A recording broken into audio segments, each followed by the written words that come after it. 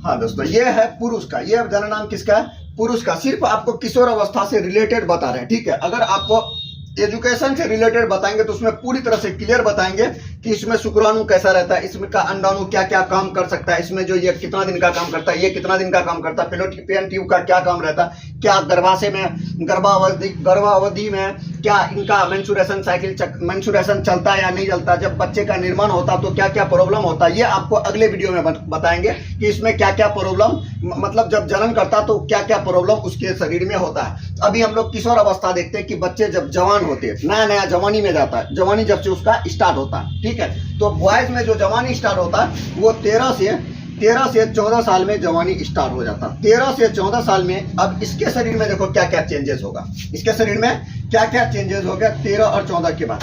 13-14 के बाद इसके शरीर में क्या होगा कि प्राइवेट पार्ट, मतलब नाभि के नीचे बाल आने लगेंगे, काख में और दाढ़ी मूछ क्या होने लगेंगे, उगने लगेंगे।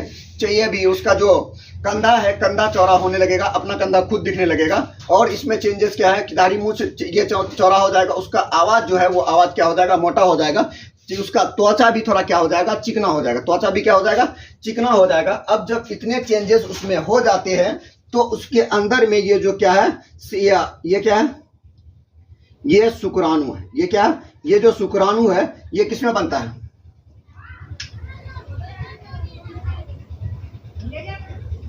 ये अंडकोश में बनते हैं। कहाँ पे? अब इसके अंदर में ये सब थोड़ा थोड़ा, जैसे आप लोग देखे होंगे जब खेतों का, गेहूं का खेत का सिंचाई कर देते हैं, सिंचाई के बाद कुछ दिन बाद उसमें कोमल कोमल ये जंगल निकल आता है, कितना खूबसूरत लगता है। तो उस समय देखना गेहूं कितना खिलता फूलता है। सेम उसी तरह से लड़का जब किशोर अवस्था 13-14 साल के हो जाते हैं तो इसके शरीर में ये जो होते हैं शुक्राणु क्या होते हैं, बनने लगते हैं, टेस्टोस्टेरोन भी रहते हैं। ये जो बनने लगते हैं तो इसके शरीर में भयानक हड़कंप होता है। हड़कंप की वजह से ये देख लेना बालक सब क्या करते हैं, ये छपड़ी टाइप का बाल बना लेते हैं। उनको नाई के यहाँ जाएंगे, बोलेंगे ऐसे मुंडा दो, ठीक है। ये सब जो गुण आते हैं, जो छोटका छोटका बच्चा देख रहे हैं वो किशोर अवस्था के नहीं, वो किशोर अवस्था को देख करके उस टाइप से कटवा रहे हैं, ठीक है। किशोर अवस्था में जो बालक रहेगा चारों तरफ से क्या मारेगा, परफ्यूम मारेगा, चारों तरफ से परफ्यूम, ऊपर से लूलू लगाएगा। कितना का ये हरकत रहता है, लूलू लगा लेगा, पैंट फटा पहन लेगा, शर्ट टी शर्ट जिनको लंबा पहनना था यहीं तक पहन लेगा, जैसे स्त्री सब कटपीस पहनता उतना पहन लेगा, ठीक है। तो ये बेल्ट को यहाँ सीने में तान लेगा, कुछ कुछ ऐसे होते इतने नीचे कर लेते। ये किसके कारण होते? इसके शरीर में ये सब क्या हो रहे, बन रहे, इसीलिए शुक्राणु बन रहे। इसके कहाँ पे, इसके कहाँ पे, इसके अंडकोश में शुक्राणु बन रहे, इसीलिए ये बाहरी हरकत हम लोगों को दिखाई पड़ता है। या वो उसको देखते किसी छोटे छोटे या बड़े बड़े स्त्रियों के पीछे वो क्या रखते, घूमने लगते हैं, मेला वेला क्या करते हैं, ज्यादा अटेंड करने लगते हैं। जो भी देख लेना 13-14 साल में जब आते हैं उनको तलाश रहता है एक स्त्री का, कि कोई स्त्री हमको मिल जाए, ठीक है। हर पुरुष को ये पुरुष में गुण पाया था।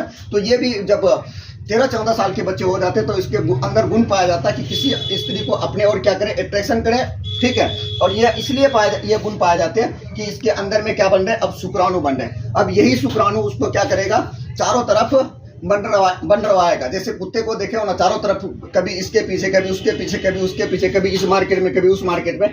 तो ये इसी के कारण होता है। तो इसको हम लोग कहते क्या है, इसको ओवुलेशन कहते हैं। इसको क्या कहते हैं, इसको ओवुलेशन कहते हैं। और इसको क्या कहते हैं हम लोग, सीसन कहते हैं। इसको क्या कहते हैं, सीसन कहते हैं। और इसको क्या कहते हैं, सीसन मुंड छत कहते हैं। सीसन क्या कहते हैं, मुंड छत कहते हैं। ये जो आपको बता रहे हैं सीसन मुंड छत, ये सभी जरूरी नहीं कि वो क्या करना हो, पढ़ता ही हो, जरूरी नहीं कि वो पढ़ता हो। जो नहीं पढ़ता हो उनको भी ये अच्छे से समझ में आएगा, ठीक है। तो ये शुक्राणु बनता कितना है ये भी जान लो, ये शुक्राणु कितना बनता। तो एक बार में जो शुक्राणु बनता है ना, वो 30 लाख शुक्राणु बनता है एक इस पुरुष के शरीर में। एक बार शरीर में जो, जैसे एक बार संभोग के बाद वहां से स्पर्म जो निकलता, वो कितना स्पर्म निकलता, लगभग 30 लाख स्पर्म निकलता। कितना लाख, 30 लाख स्पर्म निकलता। उन 30 लाख में अपने गंतव्य स्थान तक 1 या 2 ठो पहुंच पाता है, बाकी क्या हो जाते, नष्ट हो जाते। तो बाकी नष्ट कैसे होते, 10 लाख जो रहते वो बिना पूछ वाले रहते, जो किसी काम के नहीं है। बाकी 20 लाख जो बचा वो क्या होते हैं, वो होते हैं पूछ वाले होते हैं, ठीक है। वो अलग अलग चीजों से बने रहते हैं। तो टोटल कितने पहुंच पाते हैं, 1 या 2 पहुंच पाते हैं। अगर किसी पुरुष के शरीर में अगर 7 या 8 ml से किसका वीर्य से कम बन रहा, तो उसके वीर्य से बच्चे का निर्माण नहीं होगा। क्योंकि बच्चे का निर्माण के लिए कम से कम उसका कितना ये होना चाहिए, स्पर्म होना चाहिए, कम से कम 7 ml स्पर्म होना चाहिए। साथ ही साथ स्पर्म में पूछ भी होना चाहिए, तभी वो बच्चे का निर्माण कर पाएगा, अन्यथा बच्चे का निर्माण नहीं कर पाएगा। कभी कभी हमारे नौजवान क्या होते हैं या किशोर अवस्था में जब बालक रहता तो उसमें क्या प्रॉब्लम होता है कि वो हस्तमैथुन कुछ ज्यादा ही कर लेते हैं। हस्तमैथुन ज्यादा करने की वजह से यहाँ पे एक तो ग्लैंड पाया जाते हैं जिसको क्या बोलते हैं, प्रोस्टेट ग्लैंड बोलते हैं, जिसको क्या बोलते हैं, प्रोस्टेट ग्लैंड। और उसमें एक ही रास्ता है, पुरुष के एक ही रास्ता है जिसमें क्या करना, पुरुष के एक ही रास्ता है जिसमें क्या निकलता है, यूरिन भी उसी से निकलेगा और स्पर्म भी उसी से निकलेगा। लेकिन स्त्री का जो होता सेम नहीं होता। संभोग के लिए नीचे वाला हिस्सा रहता है, तो पेशाब के लिए ये ऊपर वाला हिस्सा आता, ठीक है, पेशाब के लिए ऊपर वाला हिस्सा, तो संभोग के लिए नीचे वाला हिस्सा आता है, ठीक है। संभोग के लिए इसका स्त्रियों का अलग रास्ता रहता है और यूरिन पास के लिए अलग रास्ता रहता है। समझ में आ गया। अगर ज्यादा हस्तमैथुन कोई लड़का कर लिया तो उसका प्रोस्टेट ग्लैंड टूट जाता है। प्रोस्टेट ग्लैंड अगर एक बार टूट जाए तो दोबारा वो बनता नहीं है। एक बार टूटने से लगभग बहुत लंबा समय लग जाएगा, 10 साल 20 साल 30 साल भी लग सकते हैं प्रोस्टेट ग्लैंड को बनाने में। तो ये टूटते कैसे, ज्यादा हस्तमैथुन से। फिर वो डिसाइड नहीं कर पाते हैं कि पेशाब को भेजना है या शुक्राणु को भेजना है। तो अगर आपका प्रोस्टेट ग्लैंड मौजूद है तो वो डिसाइड कर लेते हैं, अगर बेहतरीन है तो वो डिसाइड कर लेते हैं कि स्पर्म को भेजना है या मूत्र को भेजना है। तो इसीलिए हस्तमैथुन से बचें, ठीक है, क्योंकि हस्तमैथुन की वजह से प्रोस्टेट ग्लैंड आपका नष्ट हो सकता है। जब प्रोस्टेट ग्लैंड नष्ट हो जाएगा तो फिर आपको लंबा बहुत बुरा खामियां भुगतना पड़ेगा। समझ में आ गया। तो ये था हमारा पुरुष क्या जननांग। ये क्या था, पुरुष का जननांग।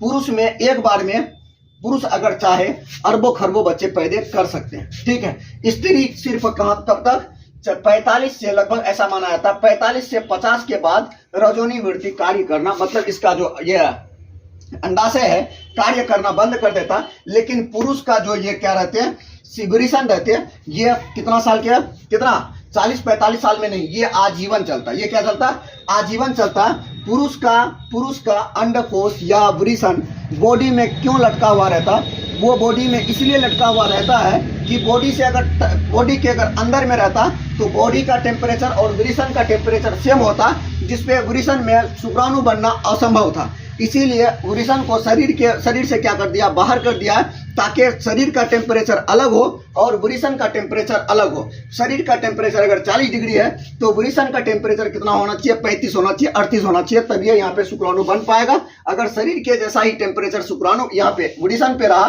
तो फिर यहाँ पे शुक्राणु नहीं बनेगा, तो जिसपे आप बाप नहीं भी बन सकते। इसीलिए लड़कों को चाहिए कि वो चुस्त कपड़ा ना पहने, ढीला ढाला कपड़ा पहने। अगर पैंट शर्ट पहन रहा तो ढीला ढाला पहने। कुछ लोग ऐसे पहनते पता चलता है कि उतारते समय उसका चमड़ा भी नीचे उधर आएगा। बहुत सारे लोग ऐसे कपड़ा पहनते हैं कि अगर उसको उतारने के लिए 2 मजदूर रखना पड़ेगा, अगर खींचेगा तो चमड़ा सही आएगा। ऐसे लोग कपड़ा पहनते हैं, उसमें आपको नुकसान होगा, भयानक नुकसान होगा। तो इसीलिए आप जितना ढीला ढाला कपड़ा बनाओगे उतना ज्यादा शुक्राणु बनेगा, उतने आप खुश रहोगे। समझ में आ गया। तो ये प्रोसेस हो गया हमारा किसमें, स्त्री और पुरुष में। ये हो गया हमारा कौन सा भाषा में, देहाती भाषा में, जिसको कि कोई भी समझ सकता है। अब आपको और एक दिन एक वीडियो बढ़िया से क्लियर करेंगे कि स्त्री और पुरुष में किस तरह से जननांग कार्य करता है। उस वीडियो में लंबा वीडियो बनाएंगे और आप लोगों को बढ़िया से समझाने का प्रयास करेंगे। इस वीडियो में आज यहीं तक। आप लोग लाइक सब्सक्राइब फॉलो करना नहीं भूलोगे, ठीक है। जय हिंद।